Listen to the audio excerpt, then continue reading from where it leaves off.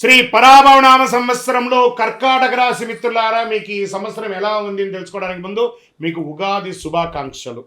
ఈ పరాభవనామ సంవత్సరంలో కర్కాటక రాశి వారికి ధైర్యం, సహనం, ఆలోచనలతో ముందుకు సాగాల్సిన ఒక అద్భుతమైనటువంటి సంవత్సరం.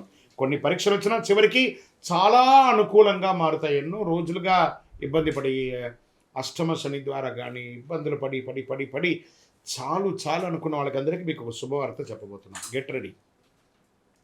గోచార ప్రకారం శని భగవానుడు ఈ సంవత్సరం మీనరాశిలో 9వ స్థానంలో ఉన్నారు. అదృష్టం కొంచెం ఆలస్యంగా పనిచేస్తుంది.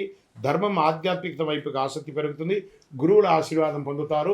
ఆధ్యాత్మిక ప్రయాణాలు పెరుగుతాయి. గురు భగవానుడు ఈ సంవత్సరం ప్రారంభంలో 12వ ఇంట్లో ఉన్న జూన్ 2, 2026 గురు జన్మరాశికి కర్కాటకానికి ప్రవేశం అవుతున్నారు. అక్టోబర్ 31, 2026 గురు 2వ ఇంటికి సింహరాశికి ప్రవేశం అవుతున్నారు. జనవరి 25, 2027 తిరిగి జన్మరాశికి ఫలితవుతున్నారు. గౌరవం పెరుగుతుంది గురు భగవానుడి వల్ల. కొత్త కొత్త అవకాశాలు రాబోతున్నాయి. కుటుంబంలో ఆనందం వస్తుంది. సరే, రాహు కేతు గోచారం ఎలా ఉంది అని చూస్తే ఈ సంవత్సరంలో ప్రారంభంలో రాహు 8వ ఇంట్లో, కేతు 2వ ఇంట్లో ఉన్నారు. డిసెంబర్ 6, 2026 రాహు 7వ ఇంటిలో, కేతు జన్మంలోకి వస్తున్నారు. దీనివల్ల మానసిక ఆందోళన వచ్చే అవకాశాలు ఉంటాయి. సంబంధాల్లో కాస్త జాగ్రత్త, ఆధ్యాత్మికత పెరుగుతుంది.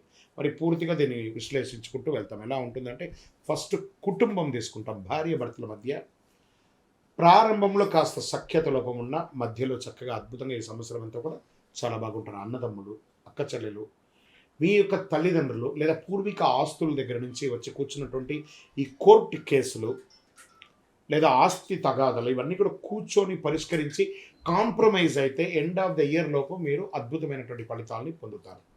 ఇంకా ప్రేమికులకి వచ్చేటప్పటికి ఒకరి పట్ల ఒకరికి విపరీతమైనటువంటి అనుమానం, డామినేటింగ్, ఇవన్నీ కూడా తగ్గించుకుంటే అనురాగంగా ఉంటుందని చెప్పచ్చు.